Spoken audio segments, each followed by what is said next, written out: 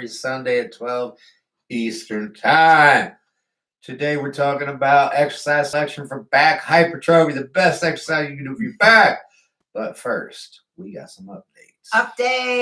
So for those of you that joined us last week, we were talking all about chest hypertrophy, and we tossed a couple of challenges into the community section for you guys. So we had two. We had one, the push-up competition or challenge, and then max one rep max for your bench. So I had an opportunity to actually do both of those. I think Monday was actually our chest day. So it was a great opportunity for me to actually try that out. And it was not fun.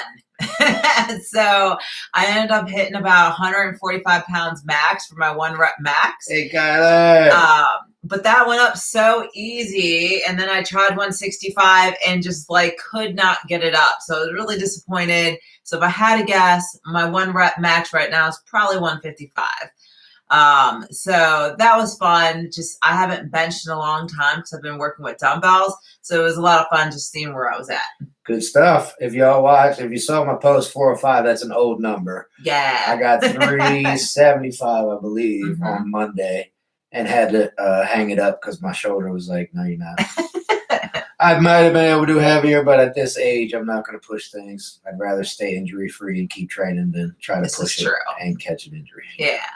And then for the push-up challenge, it was a really weird coincidence because at work, we had this big push-up challenge. It's actually going on for several weeks and which organization can do the most push-ups. And so we had a kickoff meeting and I ended up doing 100 in that instance. And it was pretty quick. It was not quite how the challenge laid it out that I put out for you guys. But it was still about 100 push-ups in about 10 minutes. And it was a lot. 100 push-ups is a lot. Yeah. In fact, I don't think I've done that many in a long time. And it actually wrecked my training schedule for the rest of the week, y'all. I was sore all the way down to the rib cage, my anterior serratus gone, my back was sore, everything was just wrecked. I couldn't work out for 3 days. I'm in the same boat as a lot of you. I haven't had a chance to do the push-up challenge yet. So it's on the schedule for this week. Hopefully I get to it this week. We'll see how many I got. Yeah, maybe put it in on your chest day and plan some rest days after. I'm just saying, y'all. Chest day finisher. But today we're here to talk about back hypertrophy. And so I think this is a pretty fun subject. I know training back's my number one favorite body part to train out of all of them. Why are you making that face? What's yours? Arms. That's a good one, especially because you get the pump. Shirt gets tight. But yeah, back is such a massive beast that there's just so much area to train, so many different muscle groups. So it makes it a lot of fun. It's a lot of different muscles, a lot of different angles, a lot of different movements. Absolutely. And so I see we have people listening. If you have any questions at all during this live, hit us with your questions. It doesn't have to be related to back hypertrophy. But I will ask for those that are watching, what is your favorite back exercise? Or, what do you struggle with the most in your back workouts? So if you just drop that in the chat for us and we can talk about it. Before I guess we get too far into this video, let's talk a little bit about what hypertrophy is. Some people maybe listened last week, but maybe we have some new viewers as well. So we'll quickly recap. So in terms of hypertrophy, there's really two kinds. There's myofibrillar hypertrophy, which is really increasing the size and number of fibers that you have. And then there's sarcoplasmic hypertrophy, which is the swelling increase of the sarcoplasm, the volume inside the cells. But put simply, as James likes to say, it's increasing muscle size through that process of working out, tearing it down, and repairing it. So last week too, we came up with some criteria for hypertrophy. We came up with 3 in particular. One of our top ones was targeting the actual muscle that you're trying to activate. So if we're training back, that's not one thing, y'all.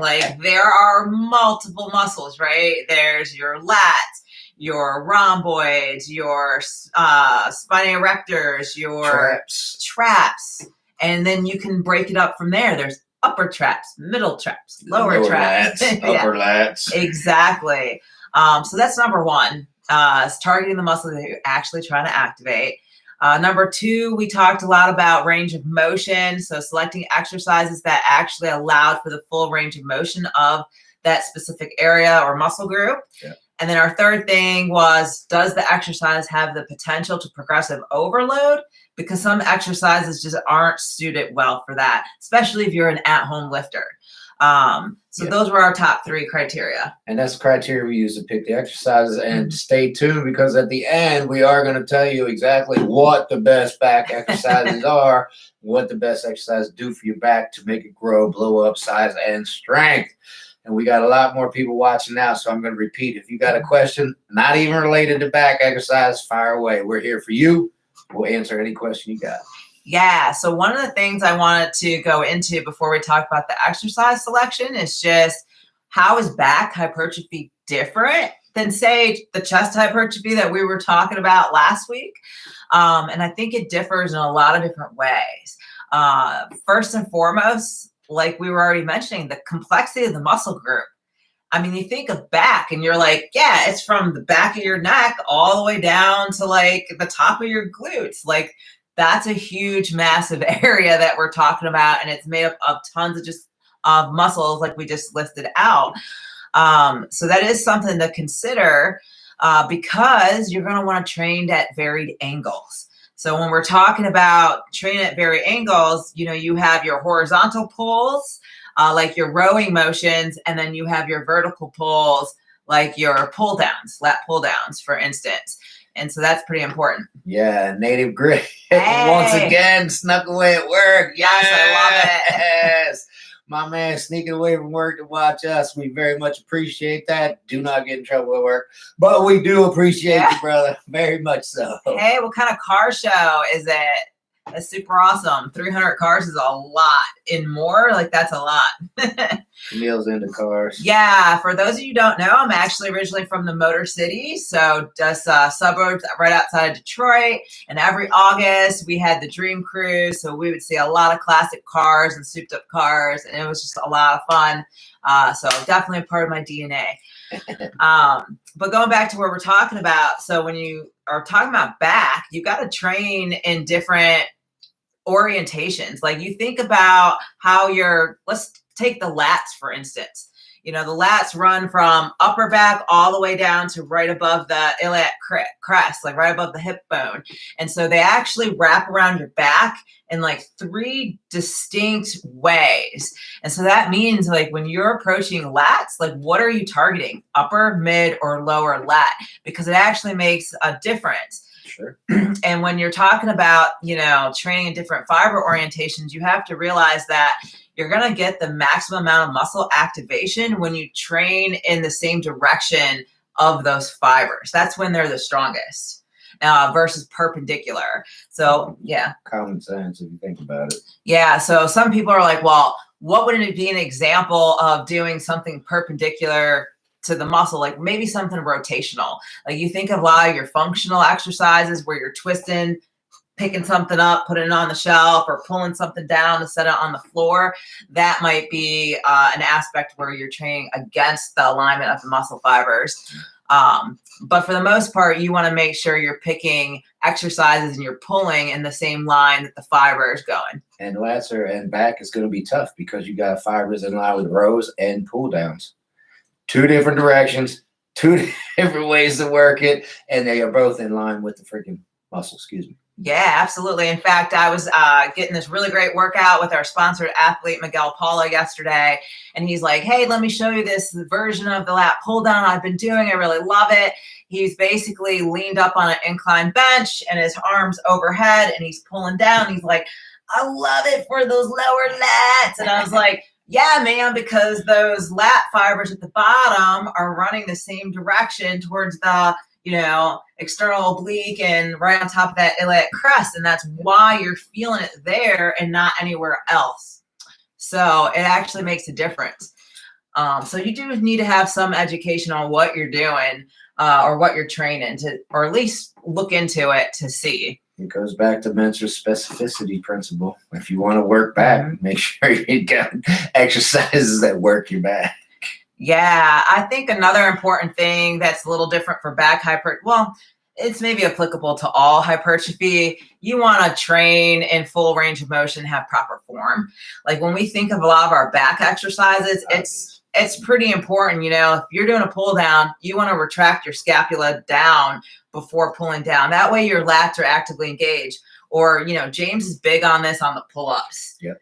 Yeah, you like always want to depress those shoulders, get the lats engaged, I think you say, and then complete your pull-up. If your lats aren't engaged, you're doing pull-ups, you're working biceps, man. It can be overhand. It's not a chin-up. If you don't engage your lats, you're still doing a bicep exercise. Absolutely. And that brings up a good point. I might be jumping the gun. But another thing with back is the mind and muscle connection is very hard. Very hard. And I've mentioned this a few times. It took me years to get a mind and muscle connection to my lats. You know, one of the top exercises actually for that is the only isolation is it's basically a pullover or straight arm pull down. That's where if you're struggling with the mind muscle connection, try focusing on that exercise specifically. Yep. And then usually, you know, after some time training, you'll feel the difference when the lats are actually engaged versus the biceps, triceps, whatever. Agreed. And it's a different ball game once you get that mind and muscle connection. Barbell rows before mind and muscle connection were nothing. I was just throwing the barbell around.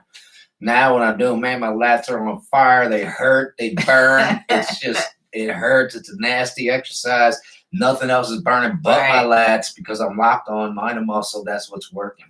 Yeah. And you know what? Like you definitely need to master that with lighter weight because once you're tossing around some real weight, like adrenaline takes over, all this stuff takes over. And that's where like the more practice you have, it becomes autopilot. You're automatically engaging those lats every time versus having to think about it. Absolutely.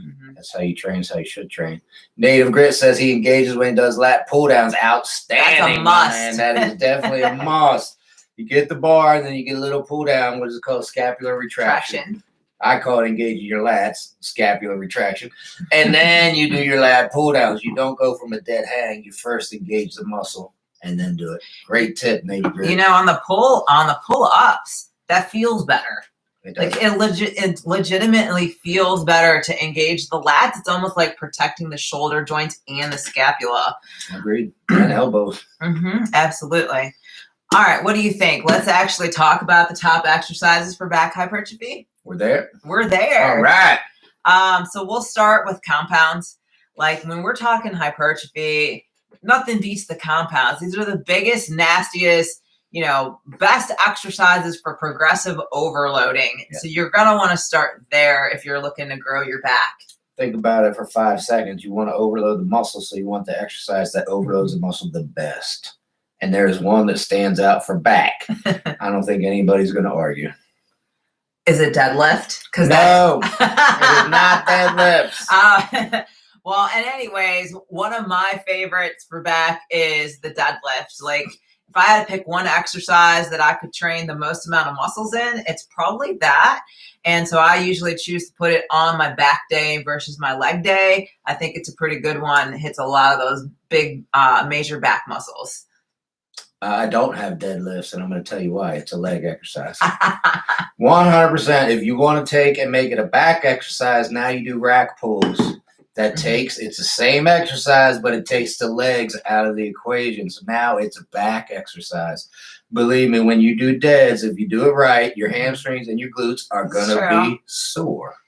It's a leg exercise.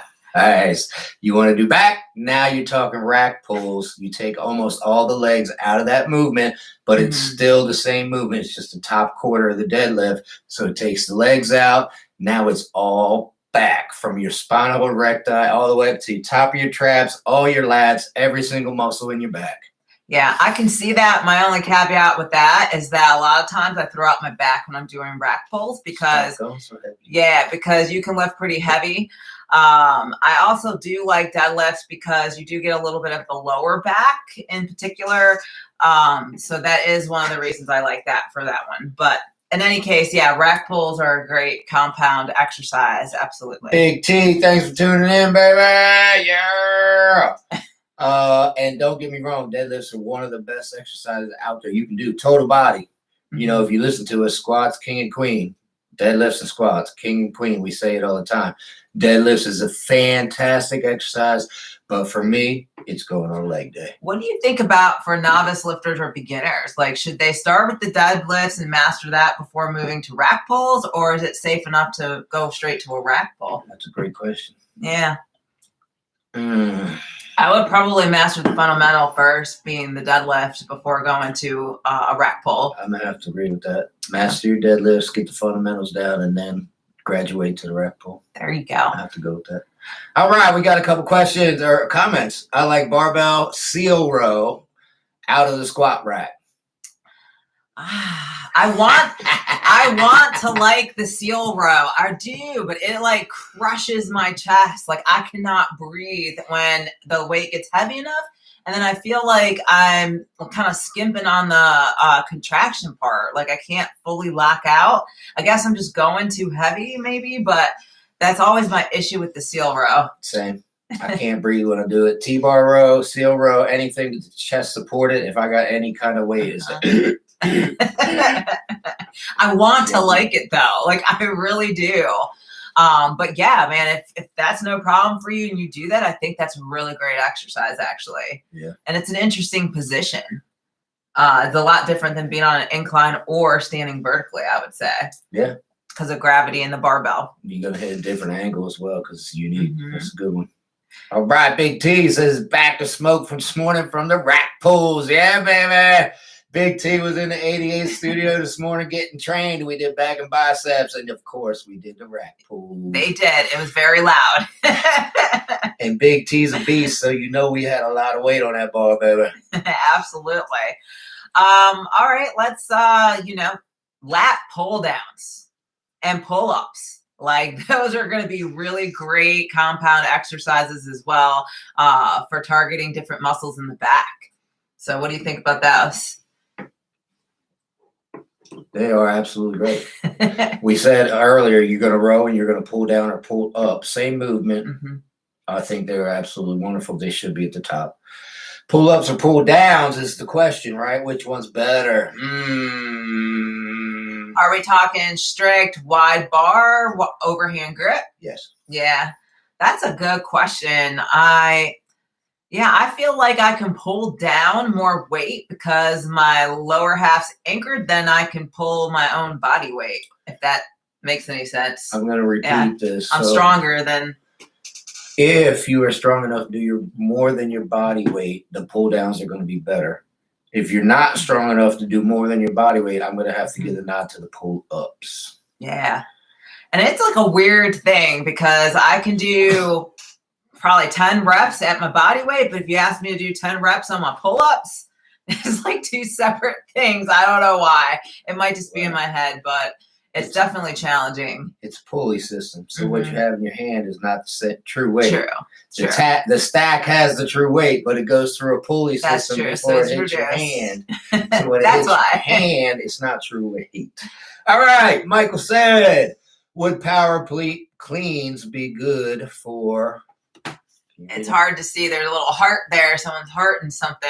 Back thickness, basically. So with power cleans, absolutely, brother.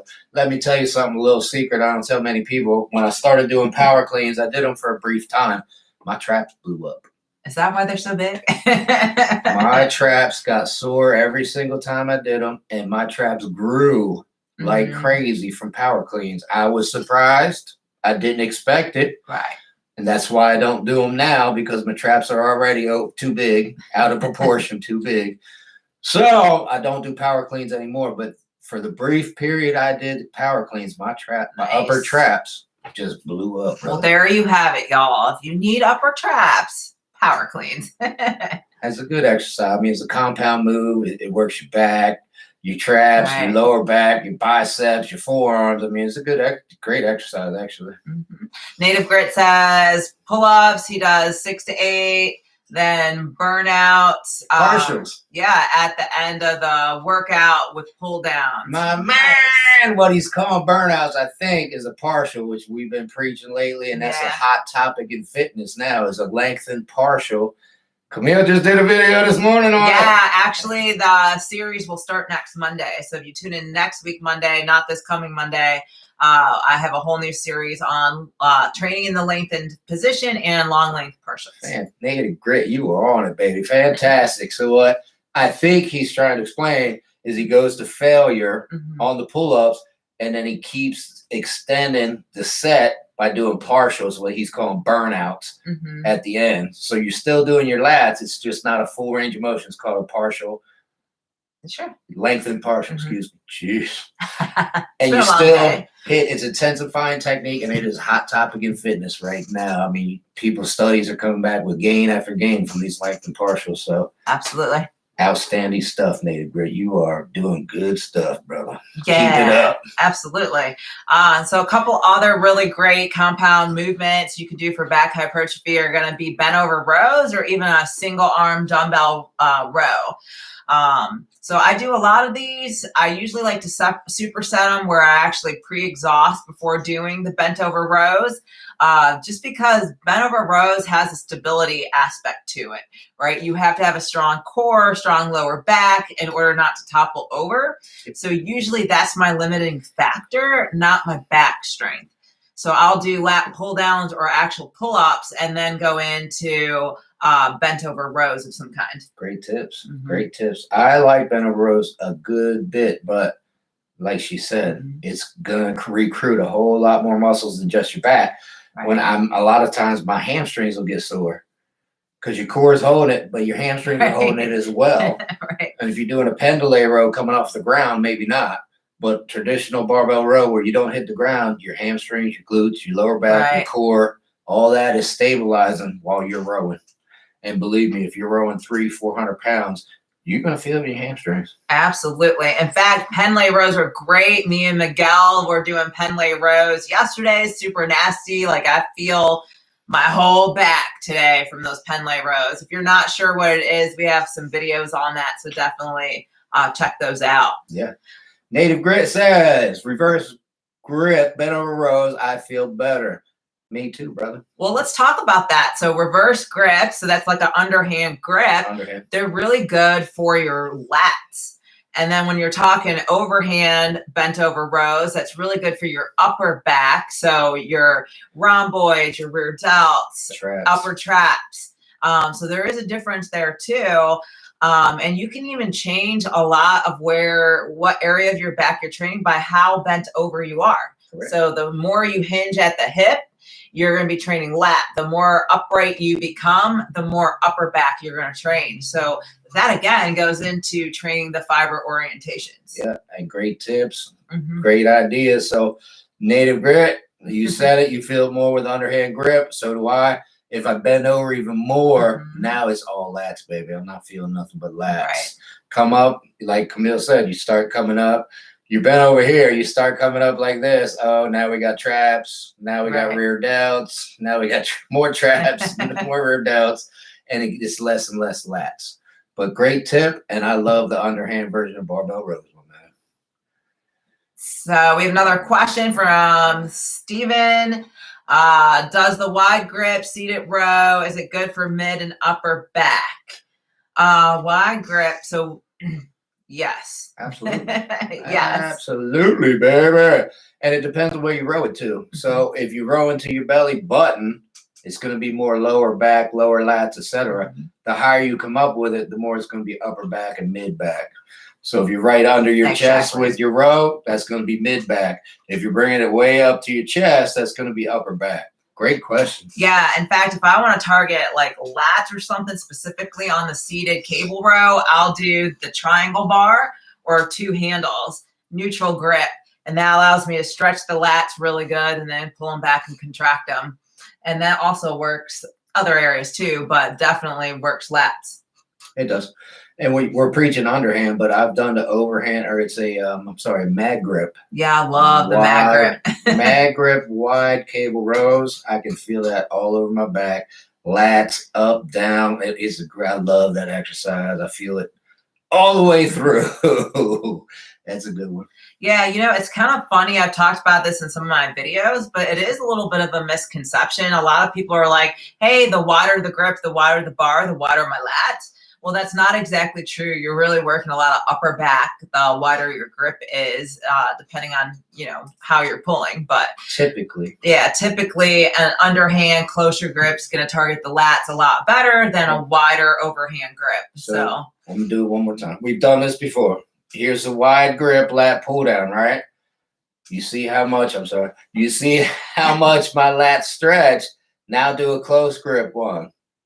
See how much more it's stretched than in the wide position. It doesn't mean the wide ones are useless. Yeah, you're still working lats, but it just means this is a little bit better. And then go ahead and get an underhand grip to target lats, and it's even better.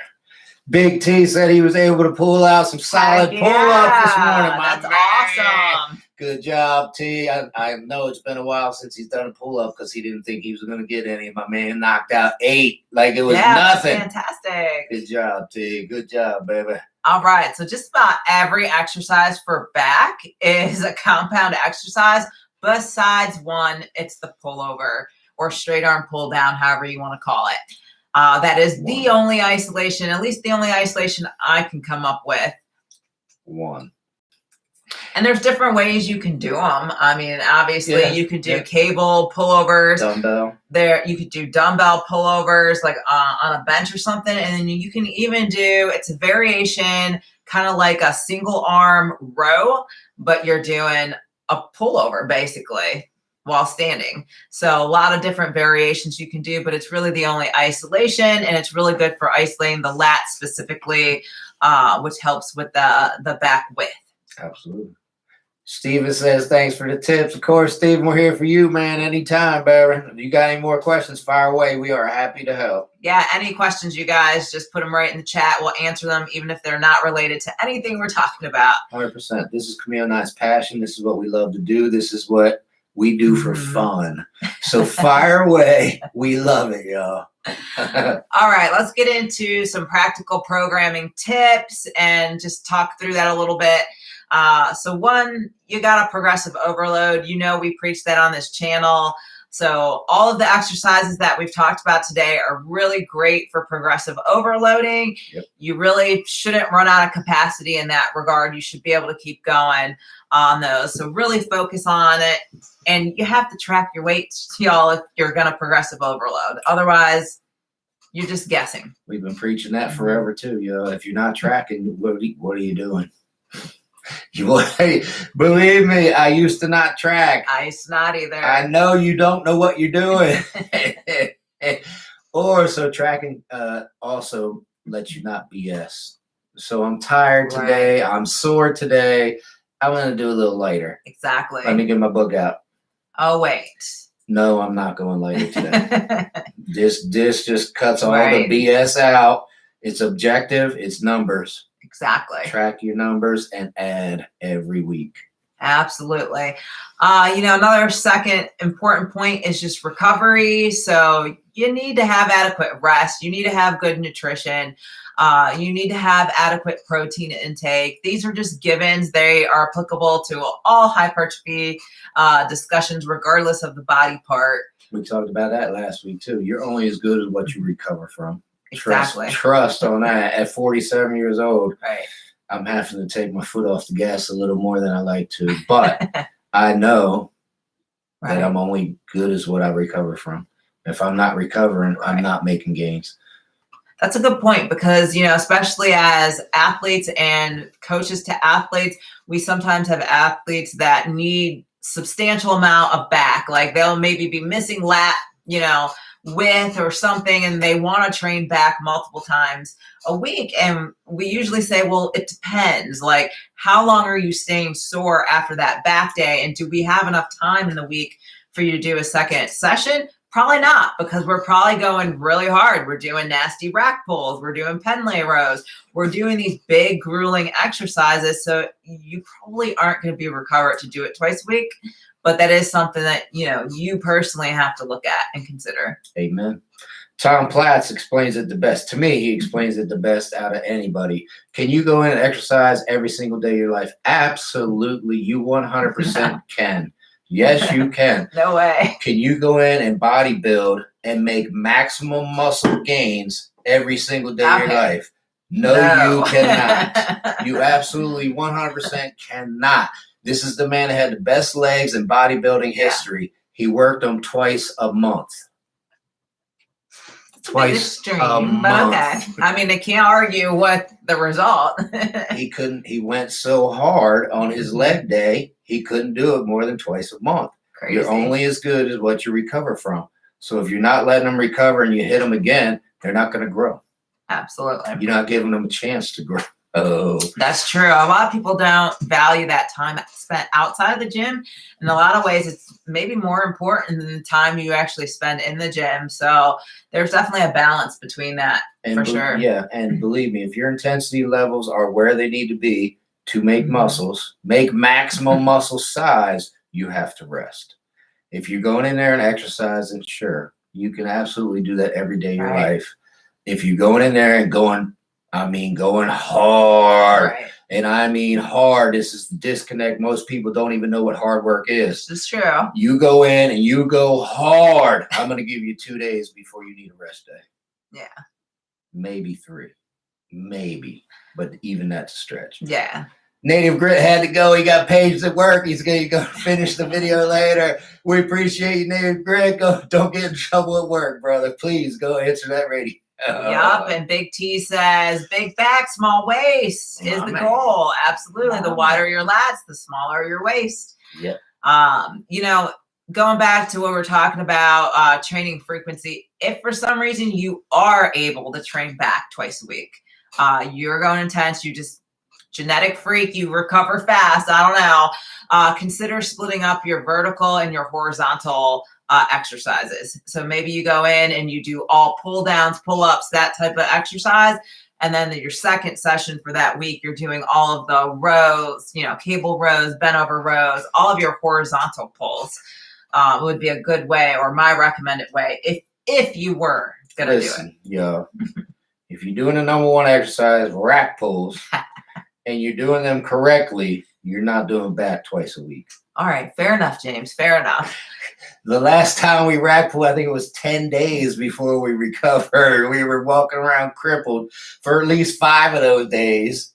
Rack pulls are just not for me. I don't know, like beast mode takes over and I'm like, James, toss some more 45s on there. And then I don't know what happens. I like black out. Yeah, it's just bad. So no rack pulls for me anymore. Well, we got to back up a little bit. Here's another little secret about Camille. She's extremely strong. Extremely. I'm stronger than like my joints and ligaments. Dangerously strong. When we first started dating, we were lifting the same weight. Extremely strong woman right here. Just a little secret. And that's why she gets so sore from the rack pulls, because she's pulling 400, 500, 600 pounds.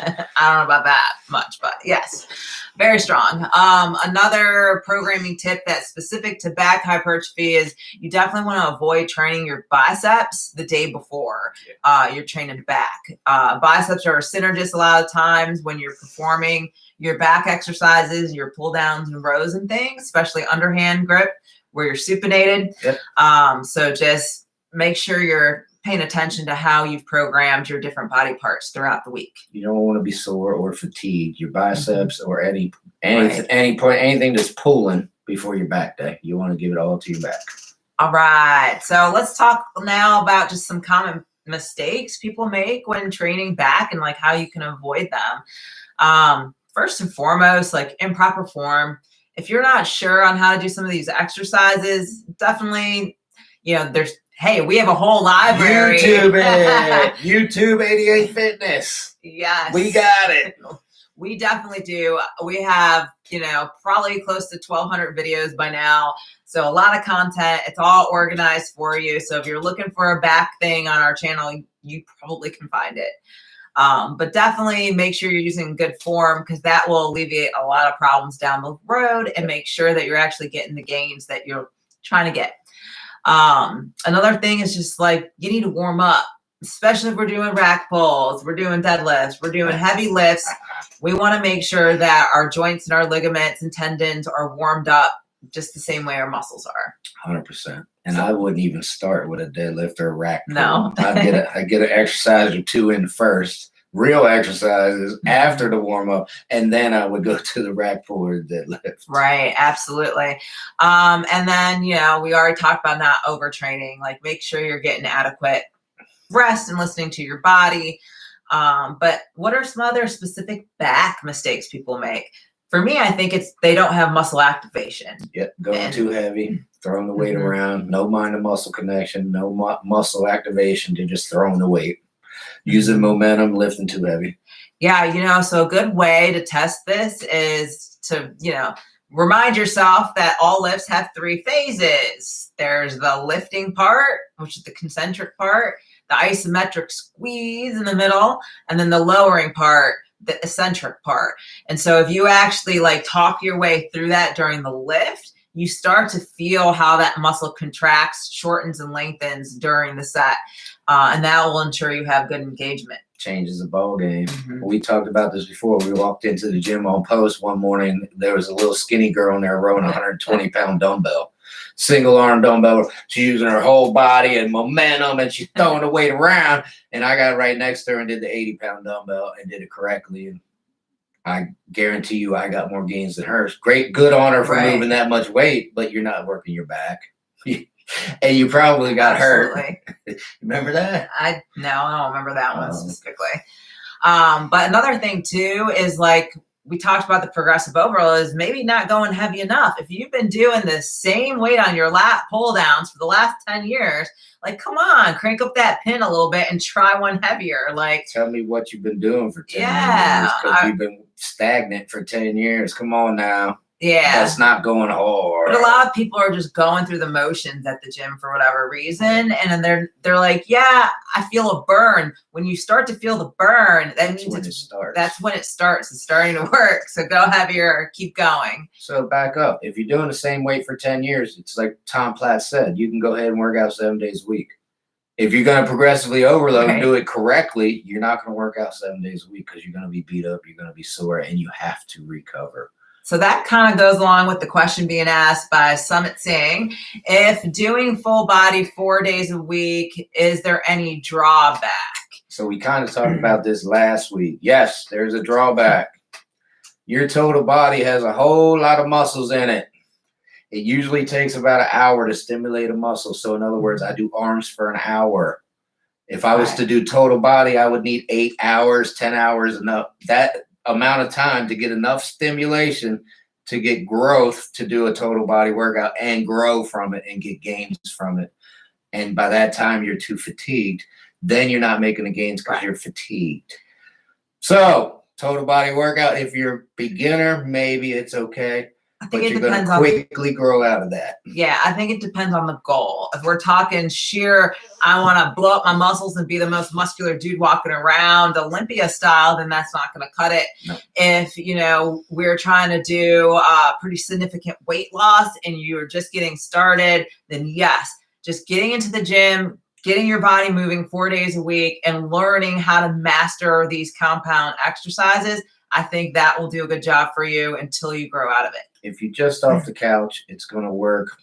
Anything will work. Maybe a month or 2 or 3, but then you're going to have to start splitting up your body parts because they're not getting enough stimulation in that time frame.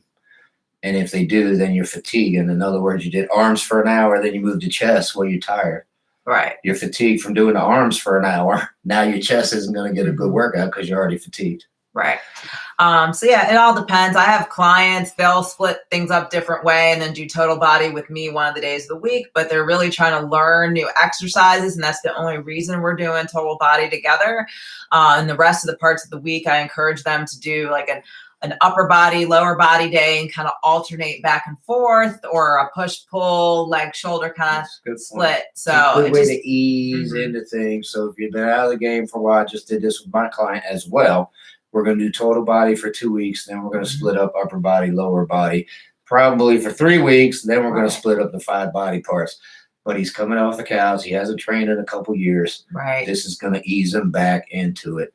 But for max muscle size, right? No way. and if you've been playing the game a while, been working out a while, I mean, let's just talk about it, right? We started the video talking about the lats and how the lats have fibers that run 3 distinct directions, and that means you need to train lats 3 different ways to cover the whole lat, and that's only one muscle in the back, and there's like, you know, probably 5 other muscles, and that's just your back. Like, that's not talking chest, glutes, hamstrings, and the like. So you compound that with all the body groups, and there's just no way you'd be there for a 9-hour day.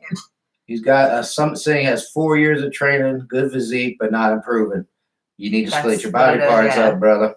You got to put an hour into arms one day, let them recover. Hour into chest, nothing but chest that entire hour. Mind to muscle connection. You're not working anything but that chest. We're talking about back today, so that's going to be your 3rd workout. Just back. Right. And give yourself time to recover as well. Yeah, I mean, in fact, if he's been doing the 4 total bodies, he might be able to do an interim thing where you do like back and biceps together, chest and triceps, and then legs one day and shoulders another, and then go to the 5-day split out. So you've got different options to work it in to your 4 days there. Yeah. So, but total body is only going to work for a very limited amount of time. And 4 years is way too long to be doing total body, brother. Absolutely. All right. So another thing, let's talk through what exercises maybe to avoid for back hypertrophy. Oh, that's good. I mean, this should probably go without saying, but like upright rows come to mind. Like, you know, this is really targeting your shoulders. It is a trap. Okay, you get a little upper trap, but upper traps are just such a small part of your overall back that's probably not the most effective exercise. Do your upright rows on shoulder days, yo. Yeah. That's a shoulder exercise. So I would probably prioritize, you know, something else like shrugs if you're trying to get traps. A bent over row. Yeah, bent over row. Not an upright row. Right. Another one I think about that I see people still do is behind the neck lat pull downs.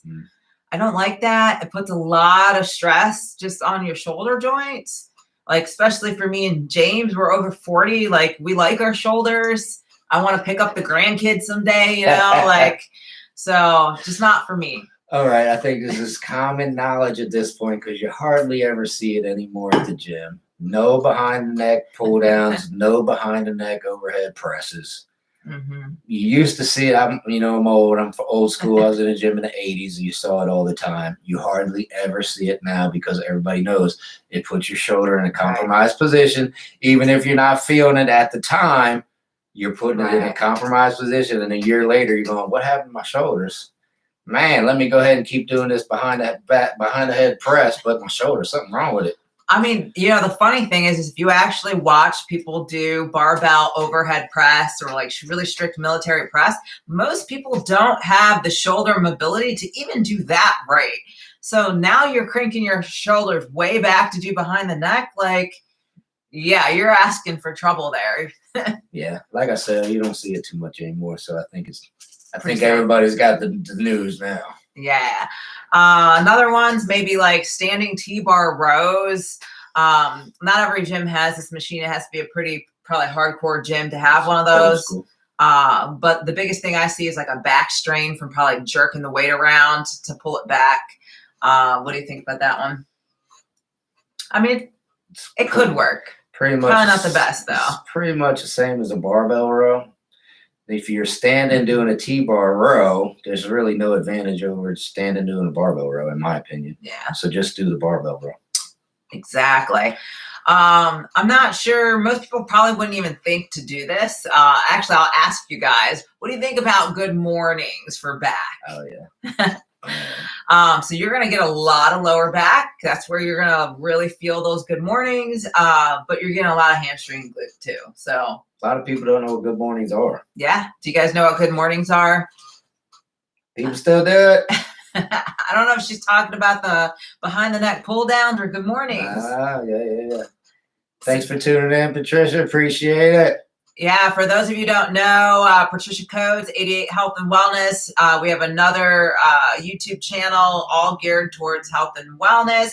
She's doing a lot of really great juicing videos and how you can use that to detox and things. So go ahead and head over to her channel as well and say hello. Check her out. Terrence says he never sees people do dumbbell pullovers. It's great back workout. I agree. Pullover is a great exercise. The only one that isolates your lats. Done with a dumbbell or a cable. I like them both. A lot of people feel the cable more. That's why they use the cable more, get a better mind and muscle connection. I get it with the dumbbell as well. So I do both. I think they're both great. In fact, I don't know if I'll have to check if that already dropped or not. I think it did. Our at-home back workout, we show dumbbell pullover for back. Yeah. Super nasty. We actually added one of those big looped bands to the dumbbell. So you had variable tension. So as you came over your chest, where you would normally lose tension, you did it. It kept your lats activated and engaged. So super cool strategy, super nasty for sure. Summit saying, appreciate your guidance, of course, brother. Like I said, I'll say it again. This is what we love to do, baby. We're here for you. This is why we created the channel. It's our passion, and we want to spread it. So absolutely. Ask away. We're here for y'all. And we got a no. I'm pretty sure that's a no. Good mornings are not a great back hypertrophy. You're right. I mean, come on. There's too much legs in there. Yes, for sure. Good mornings belong on leg day. Yeah. It's glutes. It's hamstrings.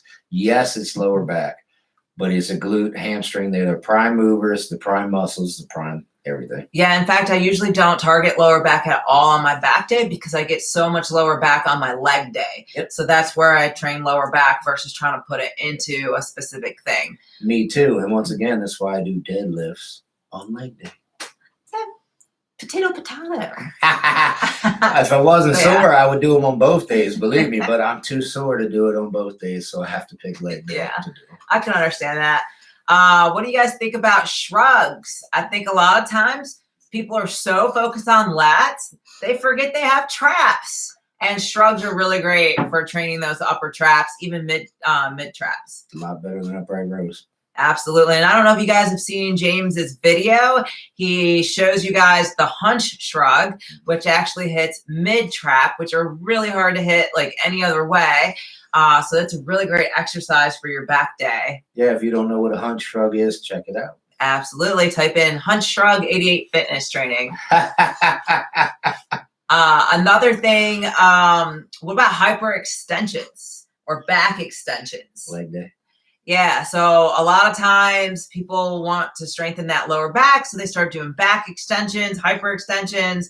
I think this really leads to some lower back tightness and discomfort, and is not really the best thing you can do.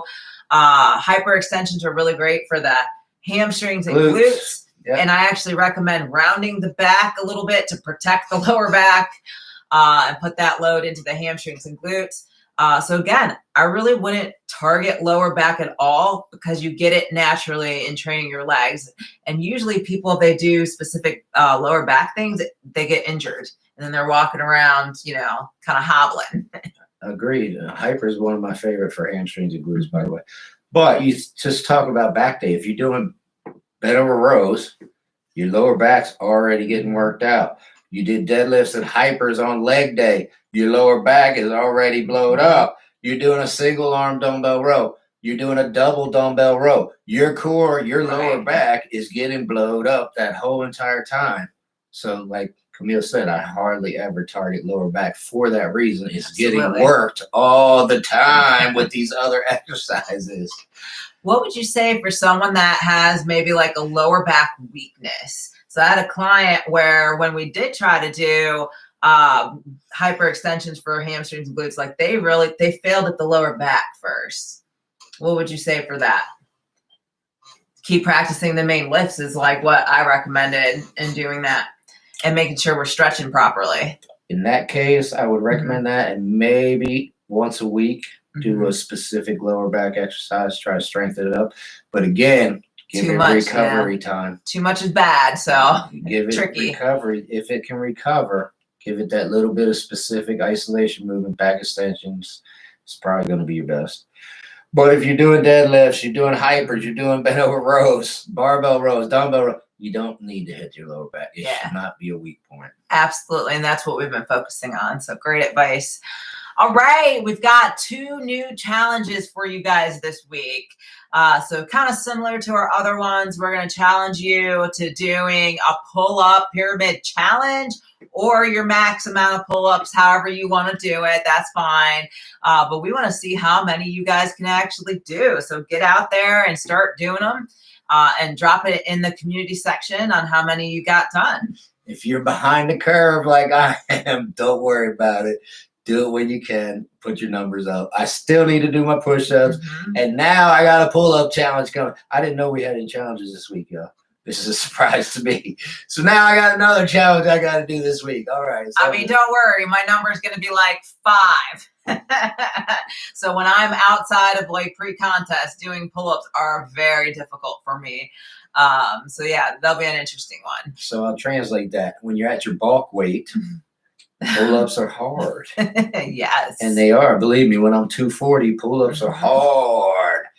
But right now at 209. You can do them all day. They're not that hard. We'll see about that, James. We'll see about that. And the next one, let's challenge you guys to go out and try rack pulls. If you're feeling confident, let's see what you can do on the rack pull. So definitely check out James's videos on how to do them, and go check those out. And if you haven't done them, don't go as heavy as you can. The challenge is just to try a rack pull, not to get max weight. I don't want to see max weights on rack pulls. I just want to see, hey, I tried rack pulls for the first time. Right. Get a couple good sets. Do not max out. Not your first time. Not your first time. And if you accidentally do, rest. Let it recover. But rack pulls are one of the greats. If you haven't done them, definitely do them. Just don't max out if it's your first time trying them out. Yep, you got it. So 2 challenges, the pull-up challenge, how many can you do? And hey, if you can't do any pull-ups and you're doing them from the knees, great. Tell me like how many ones from the knees you did. If you can only do them from a wall, tell me how many wall, well, those are push-ups, sorry. How do you do knee pull-ups? Never been. If banded, so assisted pull-ups. If you're doing assisted pull-ups, show me how many of those you can do. You're on your knees on the assist. That's where she was with that one. But the wall one. I don't know. I just started talking. Yeah. So you all have 2 exercises on your back day already. Pull-ups and rack pulls. There you go. Boom. You already got your first 2 exercises. Boom. On your back day this week. Absolutely. So yeah, definitely. Thanks for tuning in and all the questions. We love getting the questions. Anything you guys want to know on these Sundays, just show up, ask away. We'll answer them. If we don't have an answer, we'll get back to you. But yeah, for sure. This is what we love. Like I said, and we love it, baby. Steven, Native Grit, Terrence, Kylie, Summit, Patricia. Appreciate all the questions, all the comments. Appreciate you taking time out of your day and tuning in. Anything, anytime, drop us a note, drop us a comment. We will address it. We love this stuff. Absolutely. If you're not subscribed, go ahead and subscribe, y'all. What are you waiting for? We're here for y'all. And until next time. All right. See you next Sunday. Native Grit's back.